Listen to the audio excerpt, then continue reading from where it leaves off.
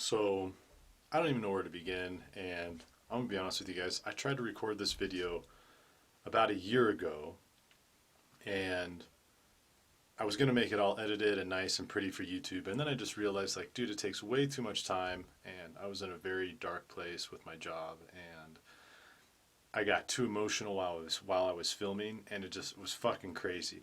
So anyhow, I was gonna work on one of my videos from my other YouTube channel in the morning, and then I just had this spark of energy to do a video about what it's like to be a psych nurse. And so I thought, you know what, dude, you just need to film this and get it out of the way. And I'm realizing now that my camera's even probably fucking crooked. So you guys can probably already tell by everything that's happening so far, this is not going to be a beautifully edited video. I don't even like talking to the camera. I think it's weird looking at a camera and talking to it, let alone all the other stuff involved. And by the way, if you guys are wondering, because oftentimes I see people's like rooms that they film in when it comes to these just like grungy old school like YouTube videos, and I'm like, dude, why are you filming there? And the reason I'm filming in this like ugly ass looking room, look at this thing, this is like a little torture chamber down here, is because my toddler's upstairs sleeping, and I know I'm uninterrupted down here, and plus this is where I have a little podcast that I record.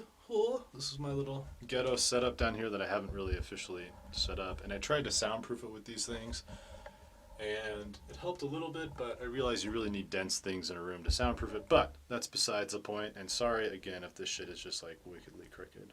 I don't know, maybe that's straight, but I guess I should tell you guys my experience as a psych nurse, and like I said, I don't even know where to begin. So I'm just gonna, there's gonna be so many just bizarre tangents. I'm just gonna go off like I'm monologuing to you because I'm monologuing to you because I am, but I'm gonna just sort of pretend like you're sitting here with me and you're mute, because I would prefer this to be a dialogue, but obviously I can't ask questions of you and you can't ask questions of me, so it's just odd monologuing to the camera. So I'm just gonna go with things that come into my mind as they come into my mind. So I've been a nurse for a little over 2 years. I just went straight into psych, and I guess I could talk about that, but I'm not going to, because then I'm going to go on these other tangents. But you know, if you're a nurse and you've gone through nursing school, people are always like, oh, you should get some experience before you go into psych, blah, blah. Maybe I'll make a separate video about that, but for now I just want to talk about my experience in psych and what it's been like working in a psychiatric care facility.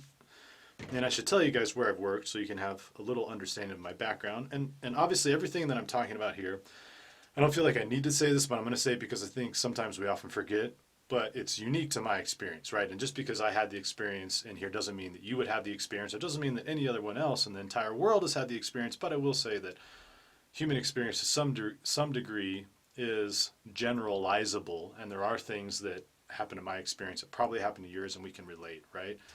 That being said, we are kind of prisoners to our own experience, and I'm aware that sometimes we're prisoners to our own perceptions about things. So I just want to throw that out there. But, all right, so I've been working in psych for like about 2.5 years now. I started in a civil facility, meaning that we took people pretty much off the streets that were put on psychiatric holds, and that just means that someone is either a danger to themselves, or they're a danger to others, or they can't take care of their own basic needs, which means they're gravely disabled. That's the term, gravely disabled. And so what happens is maybe the police pick them up or whatever, but someone thinks they fit the criteria for one of those three things because they have a mental illness. So then they send them to a psychiatric hospital where a provider evaluates their mental status to see if they're fit to live, essentially. So I worked in a civil hospital for about a year. Then I transferred to another psychiatric institution, and I don't know why, I'm just like a forensic. I transferred to a forensic psychiatric institution, which is way different from a civil institution because a forensic psychiatric institution has patients that are either NGRI, not guilty by reason of insanity, or they're ITP, incompetent to proceed, meaning that because of their mental state or status or whatever, they are unable to grasp the magnitude, severity, and grasp, what am I trying to say? They're unable to grasp the nature of the charges that are against them. So when you work in a forensic psychiatric setting, pretty much all the patients I work with now have some sort of charges. It doesn't mean they're guilty, right? Because they obviously haven't sat for their charges. They can't sit for their charges because they're too psychotic, essentially, is what happens. So the place I work at now, we either try to, we do two major things. We either try to restore the patient to competency so that they can stand for trial, or we evaluate whether or not they are competent to stand for trial. So hopefully that makes sense. So there's a whole bunch of, I don't even know where to go with this because there's so much to talk about, but I wanted to give you guys a little bit of my background as to where I've worked, because both the places are kind of interesting, and I could talk about them separately, as I probably kind of should, but there's a lot of similarities between the two such that you can kind of mash them together and talk about them together. So what's the first thing that stands out in my mind about psych nursing as opposed to maybe other fields of nursing? The major thing I would there's two major things. One is that your patients rarely get better overnight. So that's one of the super frustrating things about psych, is that it's, I don't even want to say oftentimes, it's sometimes a slow progression in terms of the patient getting better and you actually being able to see that as a clinician. But usually it's just this kind of long, drawn-out process where a patient is given a medication and you wait for them to kind of stabilize and you hope they get better. I mean, I can count on my hand out of probably the thousands of patients that I've seen where it's kind of a night and day difference. And maybe over the course of a month or two, I'm like, holy cow, this person flipped 24/7. We're having a coherent conversation. Whereas a month or two ago, they were completely psychotic and rambling about what in my mind appears to be complete nonsense, right? So that's the first thing. It's frustrating about psych, is you would hope that like other fields of nursing, that patients would get better and you could see the improvement and you would feel really good coming home because you're like, yeah, dude, I did this for the guy, I did this for the guy. There was some measurable difference. In psych, there's not a whole lot of tangible, measurable differences as to how the patient is turning out. And really, it's really sad. And I'm going to try not to think about it too much because it's going to make me cry, and then I'm going to fucking become emotional again, and I'm not going to finish this video. So there's that aspect. I'm going to talk about something else to redirect my mind. Because the bottom line is it's basically just super sad. When you think about psych and you really empathize with the patients, to be in that position, to be psychotic, and to be kind of in a whole nother world is just something else. But anyhow, okay, I really should change my mind. All right, or change my, what I'm talking about. What was the second thing I was talking about? Second big thing in psych is it's really a team effort. Not to say that medical nursing isn't a team effort, but when you're, say, a nurse on med surg or whatever, it's you and that patient for that 12-hour shift. I mean, you are the primary caretaker of that patient, generally speaking, right? In psych, it's not like that at all. I mean, oftentimes I'm working with 4 to 5 to 6 other people, and we're kind of coming together as a team to decide what's best for that patient in that moment. And that is where it's so incredibly freaking hard for me, because oftentimes, not all the times, but especially at this place I'm working now, oftentimes I don't see eye to eye with the team. And I don't think what we're doing is necessarily the most therapeutic thing for the team. And we'll have these disagreements about treatment. And typically, oftentimes they're professional. Sometimes I've had freaking wickedly unprofessional conversations with people. But one of the frustrating things about psych is, what do you do if you're on a team and you don't feel like you don't feel like what we're doing as a team is in the best interest of the patient? Because in my mind, and I think in a lot of other people's minds, like if I just took an average person and stuck him into my work environment, they would be like, dude, what are you guys doing with these people? And not to say that we're abusing the patients. I wouldn't say it's that bad, but I would say it's minor things, like treating someone disrespectfully and then they get pissed and now all of a sudden we have to give them a medication, right? And so that has been just the general theme, I would say, throughout my small psychiatric nursing stint, is that the general theme is that patients who are labeled mentally ill are oftentimes treated with disrespect, just straight up disrespect. It's one of the saddest things I've seen. It's just heartbreaking. I can't even talk about it. I'm not going to talk about it because, again, I'm going to become fucking emotional. Shit, I thought this stuff was beyond me. Apparently not. As I'm making this video, I'm just like, holy cow, stuff is resurfacing. So I'm going to have to figure out a way to talk about something else while still feeling though as though I've given enough attention to the things that I've wanted to talk about. And as I'm looking at my camera, the damn thing looks crooked. So I'm sorry, you guys, if like it's tilted. My bad. All right, what else should we talk about? I guess we can talk about the criteria. Okay, so here's something crazy that I didn't realize. And I don't think like 99% of America and probably the rest of the world doesn't realize. But we give people medications involuntarily. Like, it was so hard for me to wrap my mind around this, and it still kind of is, not as hard, but it still is a little bit. But we give people medication against their will. Against their will. I mean, it seems so barbaric to me that someone could say adamantly that they don't want a medication and we still give it to them. And I'm not talking about, when we talk about medication, right, we can use this general term medication, but unless you're really familiar with psych meds, you don't really realize how powerful they are. I almost had a burp. Thought it was coming, but I didn't. But let's just consider psych meds, which are called antipsychotics, and prior to that they were called neuroleptics. Sometimes they still are. Some of the psychiatrists will still call them neuroleptics. Sort of like neuroleptics kind of means to depress the nervous system, for instance. Prior to neuroleptics, they were called major tranquilizers. Major tranquilizers. Antipsychotics, major tranquilizers, they're the same thing. If you don't believe me, just Google it. Major tranquilizers, antipsychotics are the exact same thing. So you might be wondering, well, what are minor tranquilizers? If there's major tranquilizers, probably minor. There are minor tranquilizers. There's minor tranquilizers. They're called, for instance, benzodiazepines, like Xanax, Ativan, Klonopin. These are all examples of minor tranquilizers. And then you have your major tranquilizers, which are like Zyprexa, Haldol, Clozaril. Any antipsychotic is a major tranquilizer. Oh, I forgot. Another minor tranquilizer could be something like a muscle relaxant, like a Flexeril or something like that. Cyclobenzaprine or whatever it's called.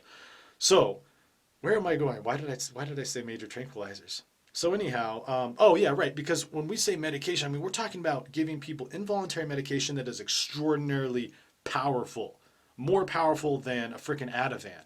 If I took an Ativan, and there's probably people out there who have, I haven't. I guess the closest thing I've taken to a minor tranquilizer is a muscle relaxant, a Flexeril, and that thing, it knocked me out in the sense that it kind of, if I took a Flexeril now, in probably 2 hours I would feel very relaxed, but I kind of have that mood like, I could care less. A truck could come flying down the street right at me, and I'd be like, all right, whatever, this truck might hit me. So what would you call that? You're kind of apathetic towards the world, sort of emotionally blunted. That's at least that's the effects it has on me. And it definitely does relax my muscles because I've had some wicked ass back pain before. And yeah, that shit definitely helped. So if that's a minor tranquilizer, but like I've said, I've never had a Xanax, never had an Ativan. And so I wonder what those sedatives would be like. I imagine it's kind of like drinking alcohol kind of on steroids. I don't know. You guys can leave a comment in the section below if you can tell me your experience of being on those drugs. But so if those are minor tranquilizers, and if a muscle relaxant is a minor tranquilizer, then what the hell is a major tranquilizer? What would that do? And I can tell you what it does because I've witnessed it. I've witnessed people who are, you would call maybe medication naive or haven't received antipsychotics before receiving antipsychotic, and it just sedates the living out of them. I mean, knocks you on your, right? I'm not going to cuss because I don't want to get flagged by YouTube. Well, plus I don't want to edit it out. I love cussing, so it's really hard for me not to cuss. So I'm going to do these things where I like blurb out my own good words, just like that. So anyhow, okay. So I swear I'm going to get back, all right? I do realize I'm on a tangent here. So major tranquilizers, like I had a buddy who I worked with up at the civil hospital. He had taken 5 milligrams of Zyprexa. It wasn't prescribed, right? He just took it willy-nilly because he wanted to see. I've thought about it myself, but after reading the literature on healthy subjects who's taken Zyprexa, I'm like, I'm not even going to mess with that because it messes with your metabolism. It throws off, even if you take one dose, it throws off your lipids in your bloodstream and all that. So, but anyhow, he said he took 5 milligrams, which is a very small dose, right? And he's not a big guy. And he said it just knocked him on his, right? Just completely knocked him on his. So, and I've seen it, like people that get e-meds, emergency medication, that are given the meds involuntarily, it just knocks people on their butt. That's why they're called major tranquilizers. I mean, it sedates the living out of people. It really does. So, going back to where I went before I went off on this tangent was talking about giving people involuntary medications. I'm not talking about, oh, you know, giving someone like insulin or something like that where there's a medical necessity. I'm not talking about giving them like a freaking Tylenol where we think you need this because you're in pain, you're getting this involuntary med. No, I'm talking about some of the most powerful meds on the planet. Some of the most powerful meds on the planet are given to people against their will. Psychotropics. These drugs change people's brains. They sedate them. They emotionally blunt them. They crush their spontaneity. They make them look like, God, I just want to cuss so bad. They make them look like bags, like a pillow or a bag of potatoes that's just sitting there drooling. That is what these meds do. So it's my whole point in telling you this is it's not something to be taken lightly. Involuntary medication is not something to be taken lightly. And one of the things that surprised me is that, shit, we do this. All right, fuck it. I'm just going to cuss because I can't prevent it. Whatever. And if someone wants to flag me, they can flag me. All right, so, but we give these freaking medications to people. And I think that's one thing that just blew my mind is how could you give such a powerful medication to someone against their will? How could you do it? So I think that is one of the things that really just surprised me about psychiatric care. I have to drink because I'm getting all like cottonmouthy. I don't want to end up like this philosophy professor that I had. This guy was fucking amazing, by the way. But he would teach logic, right? Very passionate guy. Would talk the whole class period and would just drink coffee. This Chinese guy. I'm going to tell you a story. This is going to be a tangent. You know what, whatever. Like I told you guys, I already warned you, right? This is just a tangential video. So anyhow, this guy taught logic. He was this Chinese dude, very fucking bright. And all he would do is drink coffee. So he'd get super, super dehydrated. I'm going to adjust this again. You guys see, this is like my OCD right here. It's like this little arm on my camera thing looks level, but then the camera itself looks off. But anyhow, so he's drinking this coffee, getting real dehydrated. He would get these little balls of white. You could see him. I mean, I'd be sitting back in the lecture hall and I could see this little white ball build up. And as he talked, it would sit there and connect and open up. Oh, and it just, something about it made me want to puke. And I love the guy. His name was Tony. God, I hope he's doing well. I would meet with him after I graduated. We would just sit down and have a conversation. He was just a real cool dude, but God, I'll never forget that thing. And really cared about his patients. I'm talking about a professor. I'd write a paper for this dude. Maybe like 3 or 4 pages, right? Philosophical paper. I would get it back and he would write these little marks on the side like A1, A2, A3. Then you'd flip the page over and there's all these typed notes. He would annotate, I'm not joking, this is not a joke, not hyperbole. He would annotate longer than the actual essay that I wrote itself. That's how big and his annotations were, and that's how much he cared about the students. Anyhow, that's a tangent. So why am I talking? How did I even get off on this dude? Oh, right, because I was hydrating. Okay, so involuntary medication. So that's just one of the biggest things. And I don't think people really realize that we do that. Because I feel like if as a society we realized that we did that, either one, involuntary medication would be removed, or two, there would be more restrictive guidelines and more oversight to the administration of involuntary medication. So shall we talk about involuntary medication? Because that to me is like one of the biggest things in psych. And all right, so let me give you the argument for involuntary medication, and let me share with you a little bit of the legality as far as I know in terms of involuntary medication. So there's definitely laws throughout every state in America regarding involuntary medication, and kind of varies from state to state, but generally speaking, you have to receive an involuntary medication, you have to meet one of the 3 criteria that I talked about earlier, which is danger to others, danger to self, or gravely disabled. And this is the kicker, right? Because you just can't meet one of those and then be given an involuntary medication. And you have to have a mental illness. So, all right, I said I would give the pros for this. Try to stick to the pros, my friend. You said you would do the pros. So the pros to this would be, if you're wondering why this whistles, it's got this little like outgassing hole right there. And I like it because then I can suck and not get all, the water doesn't get clogged up and I get a lot of water fast. But then it has this little birdie whistle to it. But I think it's kind of cute.